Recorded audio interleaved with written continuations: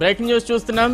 50 వీవీప్యాట్ల స్లిప్పులు లెక్కించాలంటూ దాఖలైన పిటిషన్లపై సుప్రీంకోర్టు విచారణ చేపట్టింది. ఈ మేరకు వీవీప్యాట్లు లెక్కించాల్సిన అవసరం లేదన్న ఈసీ అభ్యర్థనను ధర్మాసనం తోసిపుచ్చింది. దీంతో ప్రతిపక్షాలకు ఊరటనిస్తూ తీర్పునిచ్చింది. ప్రతి అసెంబ్లీ నియోజకవర్గంలో 5 వీవీప్యాట్లు లెక్కించాలని, అలాగే పార్లమెంట్ నియోజకవర్గంలో 35 వీవీప్యాట్లు లెక్కించాలంటూ ఆదేశాలు జారీ చేసింది. దీనికి సంబంధించి మరింత అప్డేట్స్ మా ప్రతినిధి కిరణ్ అందిస్తారు. కిరణ్, సుప్రీంకోర్టు తీర్పు సారాంశం ఏంటి? బలరాం, ఇప్పటికే జరిగినటువంటి అసెంబ్లీ ఎన్నికల్లో కావచ్చు, రాబోయే పార్లమెంట్ ఎన్నికల్లో కావచ్చు, అయితే ఓటేసిన తర్వాత కూడా వీవీప్యాట్లలో వచ్చినటువంటి స్లిప్పులు ఏవైతే ఉన్నాయో వాటిని 50% లెక్కించాలని కూడా సూచించినటువంటి నేపథ్యంలో అటు కాంగ్రెస్ నేతలు కానీ ఇటు దేశవ్యాప్తంగా వచ్చినటువంటి తీర్పు నేపథ్యంలో ఈ 50% ఓట్లు సంబంధించినటువంటి వీవీప్యాట్ల స్లిప్పులను కూడా లెక్కించాలని కూడా కోర్టులో కేసులు దాఖలు చేయడం జరిగింది ప్రతిపక్షాలు.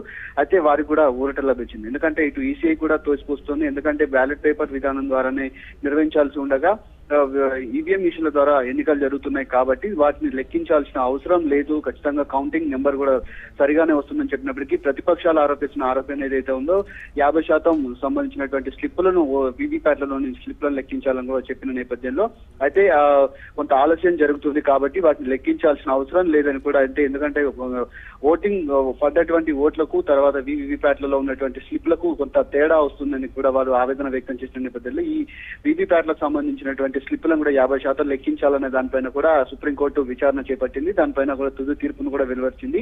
ఆ 5 సెగ్మెంట్లలో వచ్చినటువంటి ఏదైతే కాంగ్రెస్ పార్టీ నేతలు వేసినటువంటి తో పాటు ప్రతిపక్షాలు వేసినటువంటి కొన్ని చోట్ల ప్రతిపక్షాలు కూడా ఆ కేసును కూడా దాఖలు చేయడం జరిగింది. వాటికి సంబంధించినటువంటి స్లిప్లను లెక్కించాలి. అంతేకాకుండా పార్లమెంట్ ఎన్నికల్లో కూడా 35 పార్లమెంట్ ఎన్నికలకు సంబంధించినటువంటి వీవీప్యాట్లను కూడా లెక్కించాలని కూడా సుప్రీంకోర్టు ఒక సంచలనాత్మకమైన నిర్ణయం అయితే ఇచ్చింది. ఎందుకంటే బ్యాలెట్ పేపర్ విధానం ద్వారా నిర్వహించినటువంటి లెక్కింపు ఏదైతే ఉందో వీవీప్యాట్ల లెక్కింపు కూడా అదే తరహాలో ఉంటుంది కాబట్టి వాటిని కూడా లెక్కించాలని కూడా చెప్పిన నేపథ్యంలో ఓటింగ్ కౌంటింగ్ ప్రక్రియ అంతా కూడా పూర్తి స్థాయిలో ఈవీఎం మిషన్ల ద్వారానే జరుగుతుంది కాబట్టి వాటిని లెక్కించాల్సిన అవసరం లేదని ఈసీఐ